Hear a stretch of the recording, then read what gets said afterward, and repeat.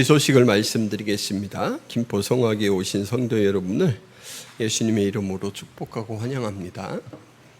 올해 표어는 힘써 하나님을 알자입니다. 이제 하도 들어서 다 외우시죠? 그리고 늘 추구하시니까 한번 점검 삼아 들으시고 늘 힘써 주시기를 바랍니다. 폭염으로 건강을 잃기 쉬운 때입니다. 햇볕에 직접 피부가 노출되는 그런 것들을 피해 주시고 자주 충분한 수분 섭취와 휴식을 취하시기 바랍니다. 오후에 인물별 성경 공부가 있습니다. 많이 참여해 주시기를 바랍니다. 그리고 수요 예배가 16일에 금요 기도회가 18일에 있습니다. 노방 전도와 퀼트 모임은 무더위 기간은 잠깐 쉬기로 했습니다.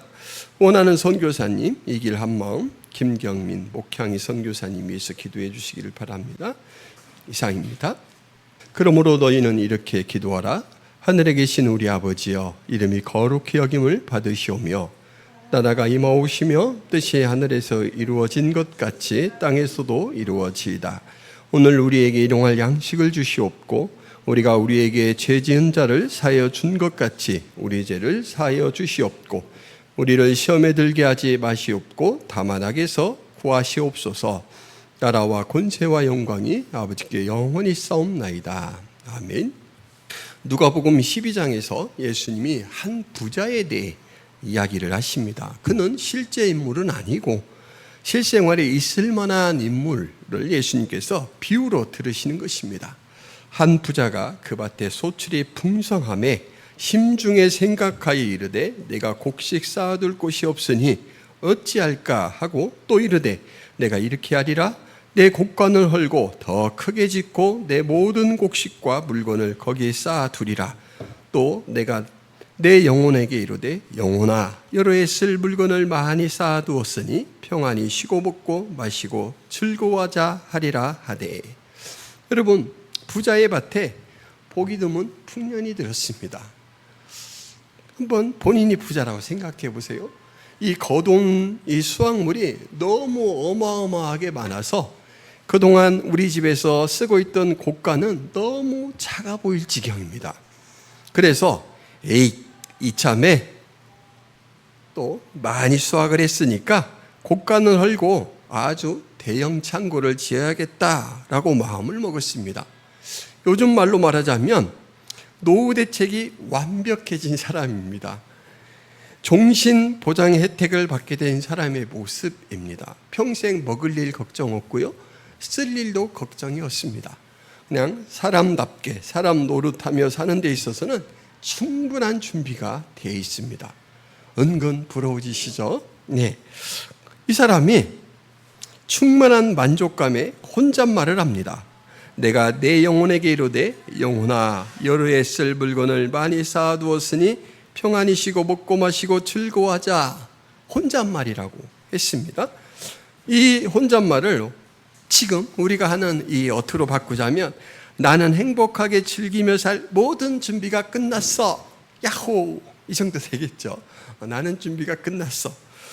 속을 한 독백이라 다른 사람은 듣지 못하는데 하나님이 들으셨습니다. 그래서 하나님이 이렇게 말씀하십니다. 어리석은 자여, 오늘 밤에 내 영혼을 도로 찾으리니 그러면 내 준비한 것이 누구의 것이 되겠느냐. 아프시다. 준비를 잘 해놨는데 부자가 생각하는 종말은 개인적 종말이죠. 죽음. 이 죽음은 어떤 모습이었을까요? 아무래도 부자가 생각한 이 종말은 미래에 막연한 어떤 날이었을 것입니다. 돈이 충분하니까 필요에 따라서 계속 정기적으로 건강검진을 해서 부족한 부분은 또 이렇게 보조식품도 먹고 또 치료받아야 될 부분은 치료받고 이렇게 하면서 이제 이 건강을 잘 돌보면서 또 영양가 있는 음식들도 적절히 잘 먹지 않습니까? 그러니까 부자는 자기 생명이 평균 생명보다는 훨씬 길 거다라고 이 기대 수명에 대한 이 기대가 상당히 높았을 것입니다. 팔팔하게 살다가 하루 정도 그냥 자리에 살짝 눕는 듯 앓는 듯 아닌 듯 이렇게 있으면서 이제 그 소식을 듣고 멀리 있는 가족들, 친척들이 오겠죠.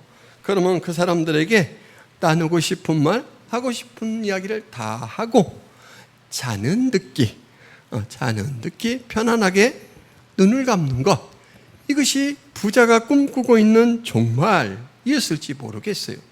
근데 하나님께서는 뭐라고 부자에게 말하냐면, 야, 너의 종말 바로 오늘 밤인데? 이렇게 이야기를 하셔요. 오늘 밤인데? 이 예기치 못하게 가까워진 종말 때문에 부자는 이제 성급하게 자신의 인생을 돌아봐야 됩니다. 곳간이 좁아서 아이고 수확물을 쌓아둘 수가 없겠네. 비 맞으면 상품 가치가 금방 떨어질 텐데, 그래서 이 공사를 담당할 창고를 크게 지을 대형 창고 있잖아요. 우리 트레이더스 이런 막 대형 창고를 개인이 이제 지려고 공사하실 수 있는 분들을 막 섭외하고 이렇게 다 하고 있는 중이란 말이죠. 그런데 하나님께서 야, 너 그 창고 완성되는 거 못 보고 죽어. 오늘 밤에 죽을 텐데. 그러면서 하나님이 아주 중요한 말씀을 하나 하셔요. 내 준비한 것이 누구의 것이 되겠느냐, 이렇습니다. 이것은 야, 너 유산상속 대상에 대해서 생각해 놓았어? 유산상속 이미 해놓았어? 이렇게 묻는 게 아니죠. 유산상속 대상자가 누구냐 궁금해서 묻는 게 아니고 부자의 삶을 돌아보게 하는 질문이죠. 야, 너 노후 대책을 잘 세웠다고 생각하고 있는 것 같은데 돈이 중심이 된 너의 노후 대책이 과연 네가 생각하는 것만큼 그렇게 가치가 있고 든든한 노후 대책일까? 이렇게 물으시는 거예요. 너의 인생 경영에 대해서 너는 자신 있느냐? 회개, 막 용서해 주세요 회개가 아니고 자신의 삶을 샘해 볼 수 있는 회개의 기회를 열어주시는 겁니다. 단 한 푼도 써보지 못하고 죽을 그 미래를 모르고 오직 재화를 모으는 일에만 몰두한 부자에 대해 하나님은 이 말씀에서 보면 어리석은 자여 라고 말합니다. 어리석은 자여.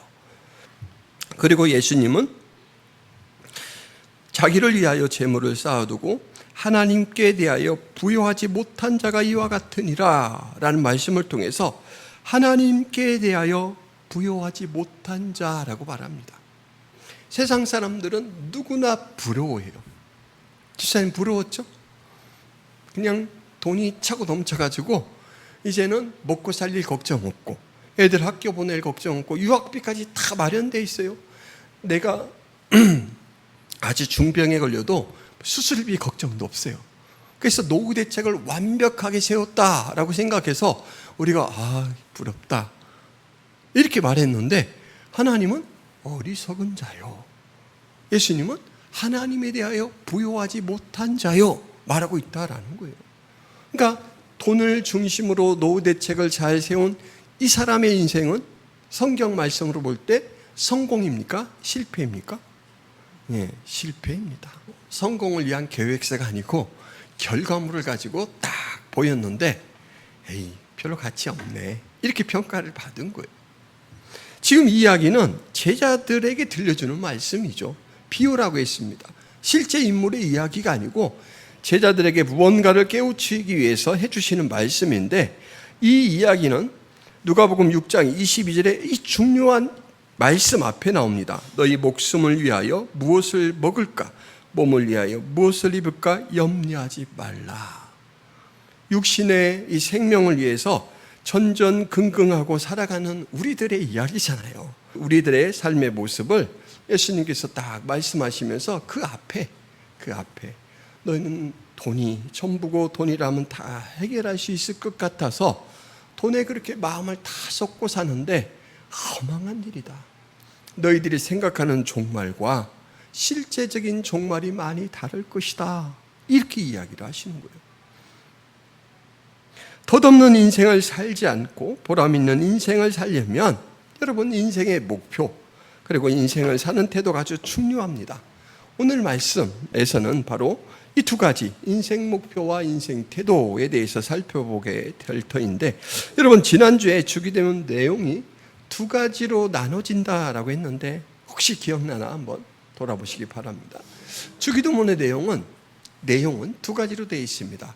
당신에 대한 청원이 세 가지, 당신의 이름이 거룩히 여김을 받으시오며 당신의 나라가 임하옵시며 당신의 뜻이 하늘에서 이루어진 것 같이 땅에서도 이루어지이다.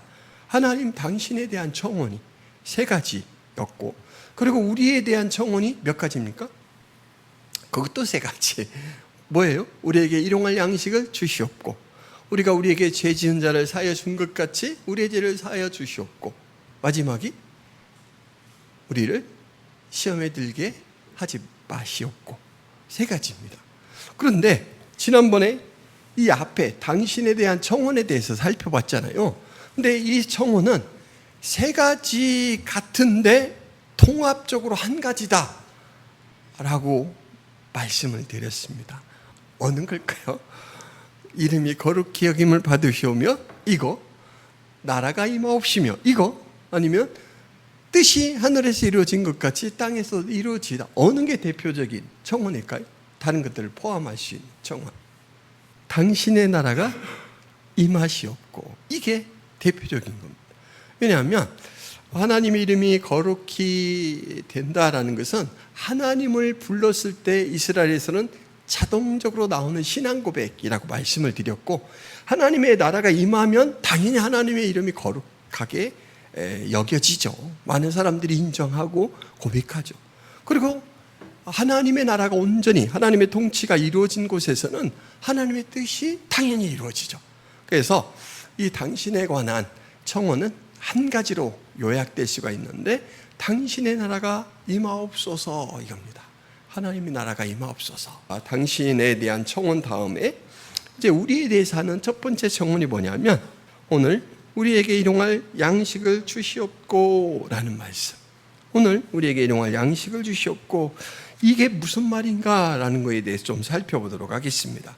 여러분, 하나님 나라 도래를 바라고 사는 사람이, 그러니까 우리를 위한 기도 첫 번째 내용이 일용할 양식에 대한 청원인데, 오늘 우리에게 일용할 양식을 주시옵고 라고 지금 생각하면 집도 급하고, 그죠?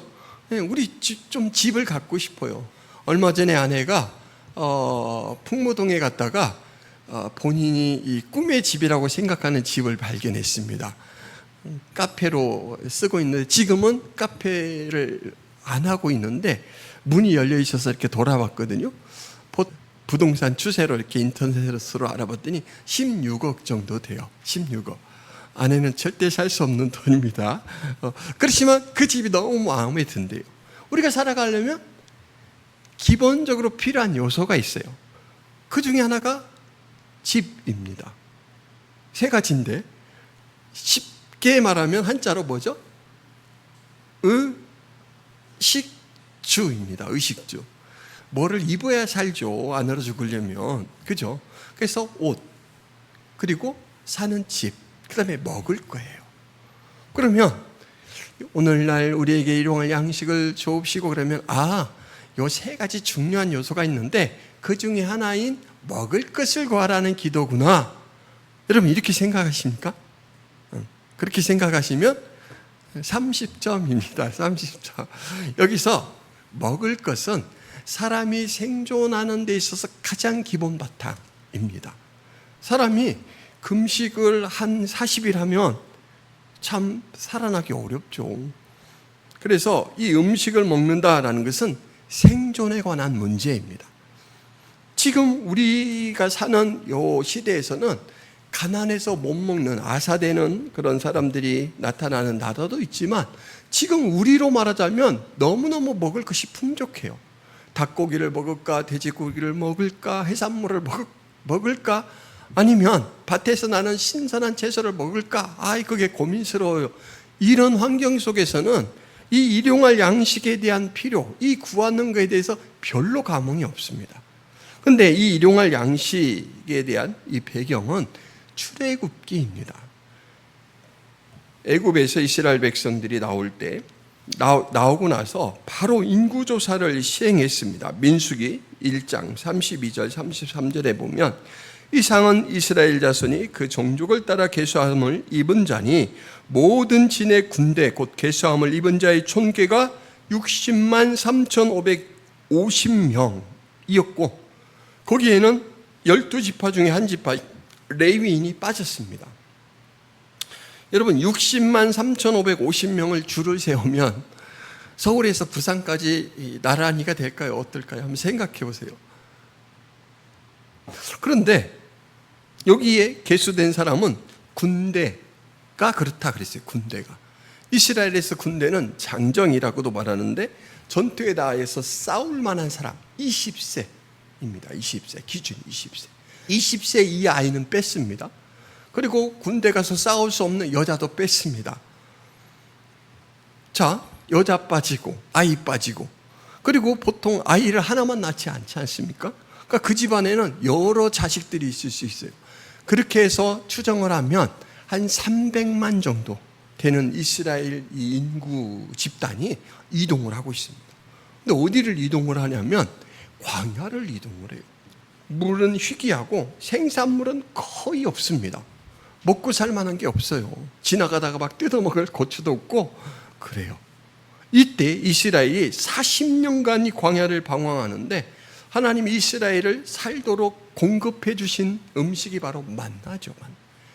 자고 일어나면 온 땅에 하얀 가시라고 해서 여러분 고수 아십니까? 고수풀? 어머니 고수 아시죠? 향기롭고 좋죠. 씨앗도 보셨습니까? 씨앗 작죠. 이 고수 씨앗 같이 생긴 하얀 가루들이 온 땅에 쫙 깔리게 됩니다. 그러면 사람들이 그걸 막 손으로 주워 모았다가 이렇게 빻아가지고 이제 기름에 튀기거나 이렇게 해서 요리를 해서 먹어요. 이걸 만나라고 합니다. 그러니까 만나는 심은 적도 없어요. 가꾼 적도 없어요. 그런데 수확은 있습니다. 왜냐하면 하나님이 내려주셨으니까. 이게 일용할 양식이에요. 만나는 특별한 규칙이 있습니다. 딱 하루에 먹을 분량만 거두라고 했어요. 그런데 사람이 그렇지 않죠. 그죠? 그래서 막 남들 손 느린 사람이 자기 양식 거둘 때 저는 막 손이 빨라고 해가지고 거의 2배를 거뒀어요. 그 사람은 자꾸 뭔가를 대비하려고 해요. 보장을 받으려고 해요. 보응을 들려고 합니다. 근데 자고 일어났더니 다음 날에 또 오늘 먹을 양식이 쫙 깔려 있고요. 어제 거뒀던 것들은 다 벌레가 먹어서 막 아주 악취가 납니다. 그러니까 하나님 뭐라고 말하냐면 일용할 양식은 그날 필요한 것만 청하고 먹어라. 내가 매일매일을 책임지는데 왜 욕심을 부리느냐. 욕심을 부린다라는 것은 자기 생존을 자기가 계획하는 거예요. 그러니까 하나님이 우리에게 그걸 원치 않는 거예요. 너희는 내가 살린다. 내게 전적으로 의존해야 살 수 있는 존재다. 이것을 바로 일용할 양식인 만냐를 계속 공급하면서 깨닫게 하실 겁니다. 이런 배경으로 일용할 양식에 대한 청원은 식료품 좀 주세요 이런 청원이 아니에요. 의식주 중에 제게는 제일 급한 게 먹는 거니까 양식 좀 주세요 이런 청원이 아니라고요. 저의 생존을 하나님께 달렸다라고 고백합니다. 그러니까 내 생명이 하나님 손에 달렸다라는 걸 고백하는 신앙 고백입니다. 그리고 우리의 생존을 맡아달라라는 간청입니다. 사람이 이직을 하기가 쉽지 않습니다. 이직을 할 때 지금이야 또 이렇게 직장을 잃으면 잠깐 동안은 이렇게 또 국가에서 그 지원금을 주잖아요. 근데 그게 없을 때 이직을 하게 되면 나뿐만 아니라 내 자식들이 필요한 이 필요가 확 줄어들죠. 그래서 이렇게 이제 회사를 옮기거나 그럴 때 뭐라고 말하냐면 장 사장, 우리 목숨줄이 당신에게 달렸어. 책임져야 돼. 이렇게 얘기하죠. 이렇게 먹는 것이 나오는 것에 대해서는 생존과 결부되어 있다라는 의식이 있습니다. 그러니까 우리의 생존을 맡아달라라는 간청이고 내가 하는 일이나 그 열매를 의존하는 것이 아니라 하나님을 의존하고 산다라는 신앙 고백이죠. 자기 주도, 자기 주체적인 생활, 이게 요즘에 유행하는 말 중에 하나죠. 자기 주도 학습, 자기 주체적인 삶. 그런데 여러분 자기 주체, 자기 주도, 이 말은 능동적으로 결정하고 행동한다라는 말인데, 이것이 잘못 중심을 잃게 되면 자기 중심의 위험에 빠지게 됩니다. 자기 중심의 위험에 빠지는 것은 인간이 처할 수 있는 가장 큰 위험이고, 아담이 넘어진 그런 유혹이었습니다. 야, 너 하나님과 같이 될 수 있는데 왜 이러고 살아? 하나님이 거짓말한 거야. 한번 해봐. 이게 아담이 받은 유혹이잖아요. 그래서 아담은 하나님을 의지하는 삶에서 자기 주체적인 삶을 살려다가 실패를 했습니다. 그런데 하나님을 떠난 인생은 늘 결핍이에요. 늘 결핍. 아담 이후에 이 사람들은 늘 결핍이니까 그것을 채우기 위해서 애를 씁니다. 애를 써요. 어떻게 애를 써요? 노력을 열심히 해요. 그런데 노력을 열심히 하는 만큼 공급이 됩니까? 무한 생산이 안 돼요. 그러면 어떻게 됩니까? 무한 생산이 안 되면 이미 가지고 있는 다른 것을 빼앗아 와야 돼요. 그래서 인간의 갈등이 바로 여기서 시작됐습니다. 나라와 나라 사이에 자원을 빼앗기 위해서 그냥 명분도 안 되는 명분을 앞세워 전쟁을 일으키죠. 갈등이 이렇게 되어 있습니다. 지금 일용할 양식에 대한 이 청혼은 별것 아닌 것으로 보여지지만 가장 안쪽까지 가면 가장 무서운 우상 숭배와 연결이 되어 있습니다. 그게 뭐냐면 뭘까요? 만모니즘입니다. 물질 숭배. 그 물질 숭배는 자기 숭배가 있죠. 내가 이루고 내가 누린다라는 이 우상 숭배가 연결되어 있어요. 그러니까 하나님은 만몬 숭배에 빠지지 말고 하나님을 바르게 믿고 쫓아야 된다. 그 이야기를 지금 이 말씀을 통해 하시는 거예요. 일용할 양식을 구하라. 민족 저항 시인으로 유명한 한영훈의 복종이라는 시에는 이런 대목이 있습니다. 남들은 자유를 사랑한다지만은 나는 복종을 좋아해요. 자유를 모르는 것은 아니지만 당신에게는 복종만 하고 싶어요. 복종하고 싶은데 복종하는 것은 아름다운 자유보다도 달콤합니다. 그것이 나의 행복입니다. 예, 정말 사랑하는 사람에게는 주도권을 넘기죠. 가장 좋은 것, 가장 중요한 것을 주는 거예요. 근데 이것을 줄 때 되게 행복합니다. 아무에게나 이걸 주면 남용이죠. 그럼 가치가 없죠. 그런데 오직 사랑하는 사람에게 주고 사랑하는 사람도 그것을 받은 책임이 있죠. 그래서 자기도 그것을 주죠. 이렇게 1대1로 주고받을 때 거기선 아름다운 복종이고 가장 큰 행복이 되는 것이죠. 오히려 자유보다 달콤한 복종. 하나님이 이걸 원하십니다. 그래서 지금 양식을 줄 수 있는 능력, 하나님께서 그걸 드러내시면서 그걸 요청하고 있습니다.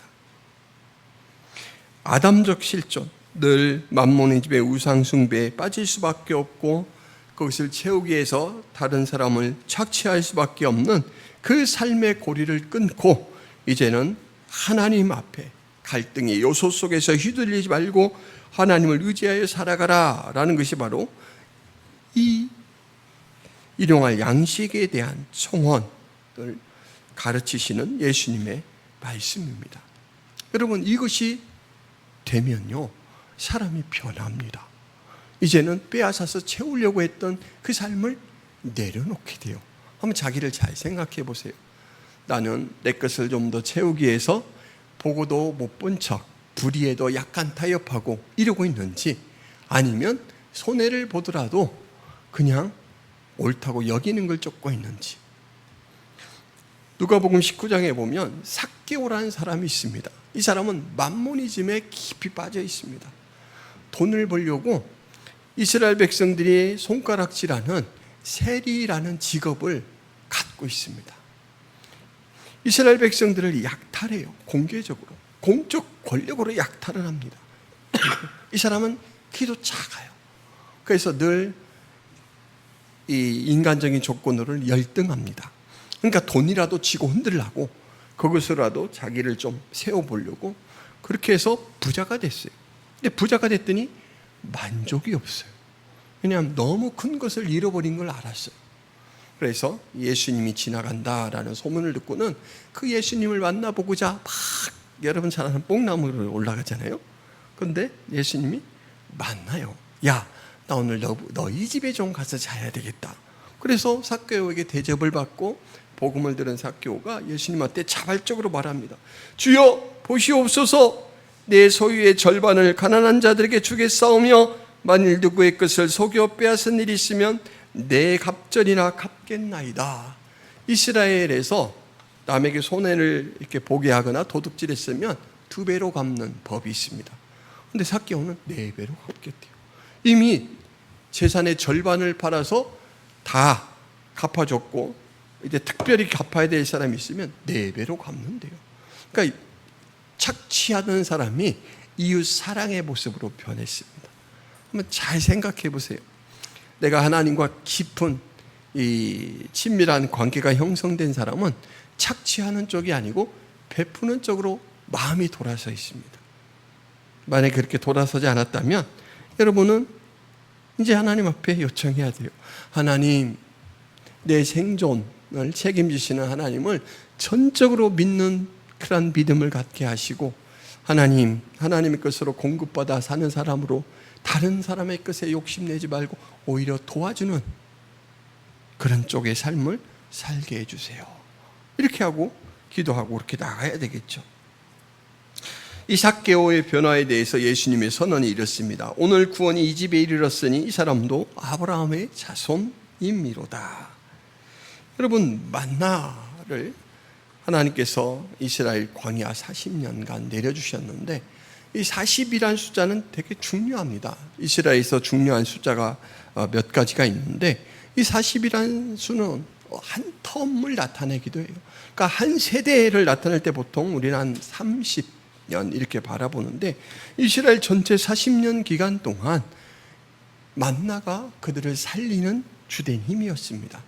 그런데 신약 성경에 보면 이 만나가 예수님을 상징하는 상징물이었다라는 진술이 나와요.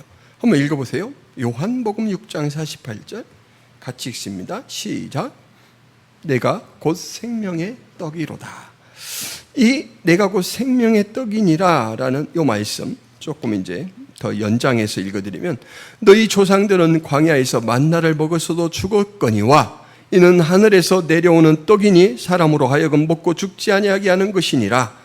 나는 하늘에서 내려온 살아있는 떡이니 사람이 이 떡을 먹으면 영생하리라. 내가 줄 떡은 곧 세상의 생명을 위한 내 살이니라 하시니라. 여러분, 이 성경에서 말할 때 생명은 꼭 육신의 생존만을 이야기하지 않습니다. 항상 성경에서 말하는 생명은 신령한 생명까지 얘기를 하는데 그건 뭐냐면 영원한 삶까지 연결되는 관계적 생명입니다. 예수님과 관계가 바른 사람은 어렵고 힘들 때, 따돌림을 당하거나 오해를 받아서 죽을 만큼 괴로울 때 하나님을 바라보게 됩니다. 하나님이 때가 되면 해결해 주시겠죠. 풀어주시겠죠. 오해를 풀어내시겠죠. 이러면서 살아나게 되죠. 여러분들에게는 예수 그리스도가 생명이 되어 주십니다. 물질을 관장하는 능력을 가지신 분의 그 능력으로 여러분의 필요를 채워주시고 또 여러분들에게는 외롭고 힘들 때 여러분의 상담자가 되어주시죠. 안내자가 되어주십니다. 위로자가 되어주십니다. 얼마나 기쁜지 몰라요. 예수로 말미암아 살고 예수를 따라 사는 인생, 바로 이 인생이다라는 것이 이 말씀의 연장 속에서 우리가 발견할 수 있는 진리입니다. 덧없는 인생을 살고 있는가? 보람된 인생을 살고 있는가? 여러분들의 목표가 예수 안에서 하나님의 나라인가? 그렇지 않은가라는 걸로 점검할 수 있죠. 여러분, 앞에서 말씀드린 돈을 중심으로 노후 대책을 세운 부자에 대하여 하나님은 어리석은 자라고 부르셨고 예수님은 하나님에 대하여 부여하지 못한 자라고 하셨는데 저는 이와는 전혀 반대인 정말 존재하는 사람을 만나보았습니다. 이분은 이전 교회에서 전도팀을 결성하여서 신축 아파트 단지 전도를 진행하다가 만난 분인데, 건축 일을 하시는 분이에요. 연세가 지긋하신 분인데 지금도 그 미장 일을 직접 하시는 노동자였어요. 좋은 아파트를 이제 일평생 그렇게 땀 흘려 일군 자금으로 마련하신 것 같아요. 그렇지만 여전히 그 연세에도 미장 도구들을 둘러매고 이른 새벽에 현장에 나가서 열심히 일해서 또 가족을 부양하는 그런 분이었습니다. 그에게 전도자들이 예수님을 소개했고 이제 예수님을 주인으로 모시고 교회 나오기 시작했어요. 근데 한 3년 있다가 이분이 암 진단을 받았습니다. 그래서 점점 건강이 이렇게 악화가 되고 이제 병증이 악화가 돼서 나중에는 병원에 입원했다가 요양병원까지 이렇게 가시게 됐는데, 전도자들과 제가 종종 면회를 갔습니다. 그때 그분에게 직접 예수님을 소개했던 전도자가 하나님이 누구누구님을 사랑하셔요. 예수님 손 꼭 붙드시고 하나님께 가셔요. 그랬더니 이분이 알았어. 그래요. 알았어. 교회 나온 지 3년 정도 됐으니까 이제 전도자님 마음에는 진짜 예수님에 대한 믿음 고백을 가지고 그렇게 대답하는 건지 잘 모르잖아요. 그래서 다시 한번 확인해요. 다른 누구 말고요, 꼭 예수님 손 붙드셔야 돼요. 이렇게 이야기를 하는데, 그럼 지금도 옆에 와 계셔. 와, 지금도 옆에 와 계셔. 목사인 저도 이렇게 막 눈에 보이듯이 와 계신 예수님을 만나보지는 못했어요. 이분의 고백이 저는 헛된 고백이 아니라고 봐요. 하나님은 각자에 맞게 은혜를 주십니다. 이 죽음의 두려움 앞에서 그 죽음이 두려운 게 아니다. 예수 안에서 이미 승리한 죽음이다. 이걸 하나님께서는 동행할 천사를 보낸 것인지 아니면 예수님께서 와서 그의 곁을 지키게 하신 것인지 모르겠지만, 하여간 예수와 함께한 너의 인생 내가 책임진다. 돈으로 노후 계획을 세운 것이 아니라 이 사람은 믿음으로 노후 계획을 세웠습니다. 참 그 고백을 듣고 나니까 아이고 저도 참 보람이 있어요. 전도의 일을 하는 게 이렇게 보람이 있구나. 왜냐하면 그런 곳에서 저도 점검이 됩니다. 저도 제 신앙에 대해 점검이 되고 제 인생 목표에 대해서, 제 인생 태도에 대해서 점검이 돼요. 헛살지 않는 인생이구나. 이 성도님의 인생은 하나님에 대해 얼마나 부유합니까? 보람이나 쓸모가 없는 것을 헛되다라고 했는데, 이분의 인생은 얼마나 보람돼요. 그렇죠? 얼마나 보람돼요. 여러분, 일용할 양식을 구하는 믿음으로 사시기를 바랍니다. 나의 생존은 하나님에게 달렸습니다. 지금 나의 생존을 주의 능력으로 이끌어 주옵소서. 이렇게 청원을 하시기 바랍니다. 하실 거죠? 하실 거죠, 여러분? 근데 이 청원은 동전과 같습니다. 동전에는 한 면만 있는 게 아니고 두 면이 있습니다. 주십시오라는 청원을 하게 되면 반대쪽에는 나는 그런 믿음으로 삽니다라는 서약이 있는 거예요. 다이어트에 성공하려면 다이어트 한다는 것을 소문내라라는 말이 있습니다. 다이어트 하고 있어요. 그러면 막 주변에서 점검해줘요. 어머, 이거 너무 달아요. 드시지 마세요. 이거 드세요. 이러면서 막 점검을 해줘요. 근데 마찬가지로 일용할 양식을 주옵소서 고백하면 관리를 하나님이 해주셔요. 여러분 한번 생각해 보세요. 하나님, 좀 한 번에 한 달치를 주시든지 1년치를 주시면 번거롭지 않잖아요. 근데 왜 일용할 딱 하루만 먹을 수 있는 양식을 만나를 내려주실까요? 왜 그럴까요? 짓궂으셔. 그렇죠? 짓궂으시죠? 이거는 엄청난 배려입니다. 엄청난 배려. 만나를 주러 나올 때 하나님을 만나러 나오는 거잖아요. 하나님의 기적의 현장으로 나오는 거잖아요.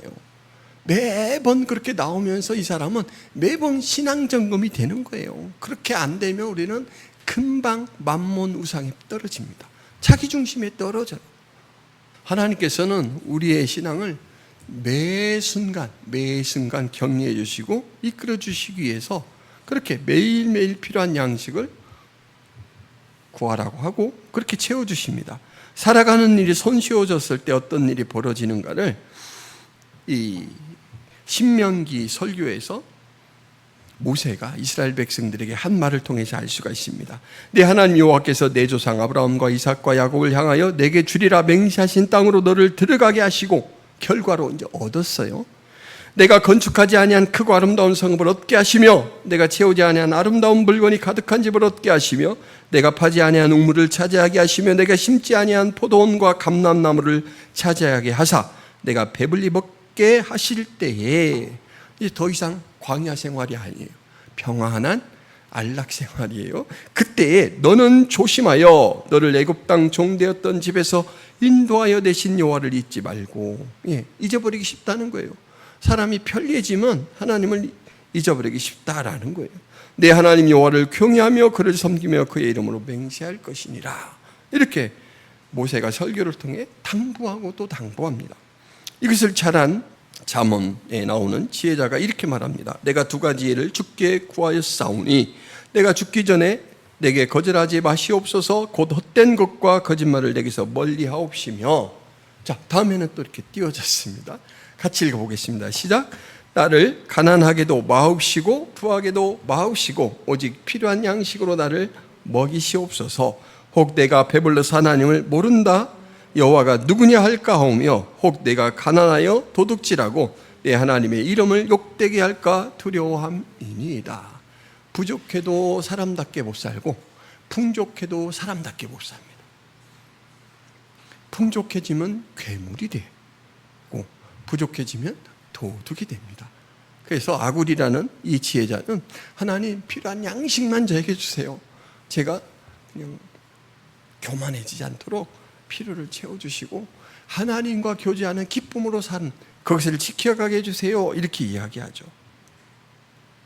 부패한 인간의 성품이 가진 연약함과 한계를 알아야 됩니다. 큰 거 한 방으로 주시지 않고 쪼개서 조금씩 주시는 하나님 앞에 감사하시기를 바랍니다. 이 경험을 통하여 하나님은 우리의 신앙을 일신우일신하게 하십니다. 날마다 새로워지고 또 새로워진다는 뜻이죠. 이 일용할 양식의 정신은 오늘날 가장 대표적인 생활로는 뭘로 나타나냐면 주일 성수로 나타납니다. 세상 사람들이 말하는 월급쟁이 말고 이렇게 상가를 얻거나 하는 분들을 뭐라고 하죠?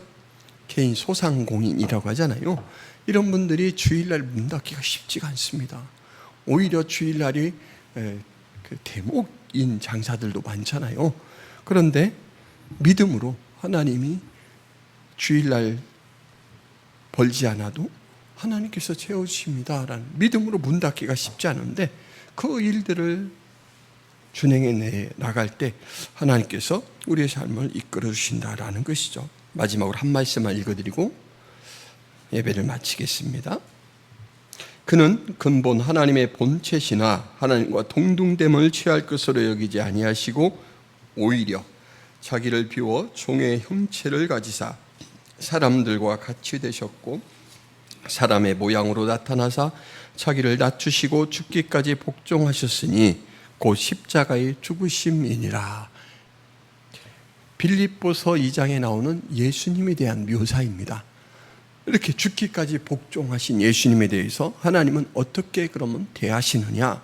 이러므로 하나님이 그를 지극히 높여 모든 이름 위에 뛰어난 이름을 주사 하늘에 있는 자들과 땅에 있는 자들과 땅 아래에 있는 자들로 모든 무릎을 예수의 이름에 꿇게 하시고 모든 입으로 예수 그리스도를 주라 시인하여 하나님 아버지께 영광을 돌리게 하셨느니라. 아멘. 다 내놓으니까 하나님이 다 줘요. 세상의 모든 존재에 대해서 예수님 앞에 무릎을 꿇게 하고 그 이름을 높이 부르게 합니다. 여러분들이 내어놓을 때 하나님께서는 여러분들의 신앙만큼 채워주십니다. 입을 크게 열라 내가 너를 채우리라 말씀하신 분이 여러분의 생명을 책임지고 여러분의 삶을 책임지고 있습니다. 그러한 믿음으로 헛된 만몬주의에 탑을 쌓거나 종신보장을 받을 꿈을 꾸지 마시고 하나님이 내 삶의 동행자요 또 내 삶을 주관하시는 분으로 믿고 사시기 바랍니다. 기도하겠습니다. 하나님 아버지, 일용할 양식을 구하는 이 기도가 우리의 생존부터 하나님께 달려있고 하나님 가장 심각한 만몬주의 우상 숭배를 끊어낼 수 있는 하나님 가장 기본이 되는 기도요 또한 인식이라는 것을 점검합니다. 우리가 그러한 믿음으로 살아갈 수 있도록 도와주옵소서. 주가 전부입니다. 주님이 우리의 목표고 주님이 우리의 삶을 이끌어 주시는 능력자요 또한 능력을 가졌을 뿐만 아니라 참된 의지를 가지신 분입니다. 나를 사랑하시는 분입니다. 고백하며 살아가는 저희들이 되게 하여 주옵소서. 예수 그리스도의 이름으로 기도하옵나이다. 아멘. 이제는 예수 그리스도의 은혜와 하나님 아버지의 크신 사랑과 성령 하나님의 감동의 역사가 김포성악의 모든 성도들 머리 위에, 가정 위에, 모든 가족 위에, 교회 위에 영원토록 함께 있을지어다. 아멘.